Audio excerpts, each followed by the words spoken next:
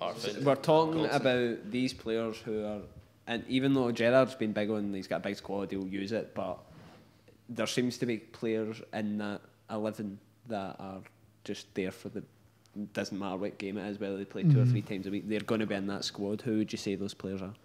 I mean, the biggest one's probably that Rangers fans have got the most complaint with is maybe Ojo. And it would be very frustrating for a player that, I mean, I've been quite frustrated with him since he joined. He's obviously a talented player, but he just doesn't. He lacks that kind of commitment, passion. He slows the game down. He kind of plays in his own kind of little bubble. He's and it's frustrating because he's not delivering enough in big games. I mean, the young boys game he was very, very poor. Obviously, he scored against Feyenoord, so you know what I mean. There's a talented player in there.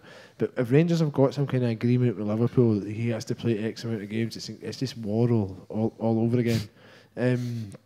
It's frustrating because he's not delivering. So maybe that's one of the reasons why he's not been dropped. Who else is a Connor Goldson? I think he gets a lot of undue stick at times. I think he's top quality defender. I think Steven Gerrard recognises that, and that's why he's the number one player at centre back. I think that he's a better player than what he's made out to be by a lot of people. Who would you say is your undroppables? I think those two, and then obviously people have the issue with Tav, and then Arfield, I think, who has not been the same player, unfortunately, since last season. I think, he obviously he played in midfield, and then he was moved forward towards the end of the season when obviously Rangers were out of the title race. That wasn't really a factor, but he moved forward when Morelos was suspended, and then he came. Defoe played ahead of him, and the two of them linked up really well, and he looked excellent. Really dangerous in the final third. But he's got 1 goal, no assists so far in 8 games this season, and he's the guy often closest to the main striker when we're playing one up front. So he's not offering enough there. He's looked burnt out for the majority of the season. And he's I think tired. He's played at that tournament with the Canada Gold in the Cup. summer. So they gave him time off.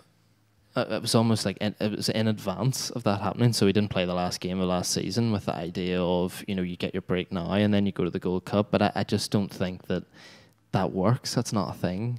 You know what I mean? It's not a thing to have a break beforehand, so you're not tired after you go to the thing. You need to have the break after it. It's a lot of football anyway. Aye. So he was playing, and he comes back to Rangers on the Thursday night or the Friday, and then he's playing in the team in an early kick-off away on the Sunday. And I just don't think it's necessary. Like, what's the point in Greg Stewart coming in and having 2 cracking games, and you say, he can only have free reign in home games. He can't make a difference for us away from home. So is this a criticism of the players? Is it a criticism of Gerrard? Because see, if you actually think about it over the piece of the season, I know it's Rangers, you have to win every game, and you don't win a game, particularly one that you should have won, and suddenly everybody throws the baby out the bathwater and stuff. But see, is it a criticism, Gerrard? Because if you look at where we are, do you know what I mean? We're top of the league. He's retaining second.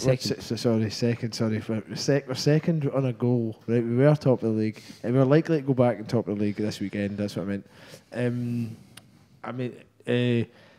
Would you have taken this at the start of the season? 100%. I think see that when you say, would you have taken that at the start of the season? Yes, you would have taken it at the start of the season, but you need to look at current circumstances as well. Yeah, I think we can still break it down and see things that we could be doing better, because it isn't perfect. I think at the weekend, I was pretty certain that Arfield was going to play, but it's not on merit. I think he was brilliant last season. He was excellent, but it's just not on current form. And guys like Ojo, I wrote something a couple of weeks ago after I was at the Feyenoord game, right behind the goal he scored, and it was an absolute belter, but he did nothing for the rest. He did nothing before it. He did nothing before it and nothing afterwards. You can't.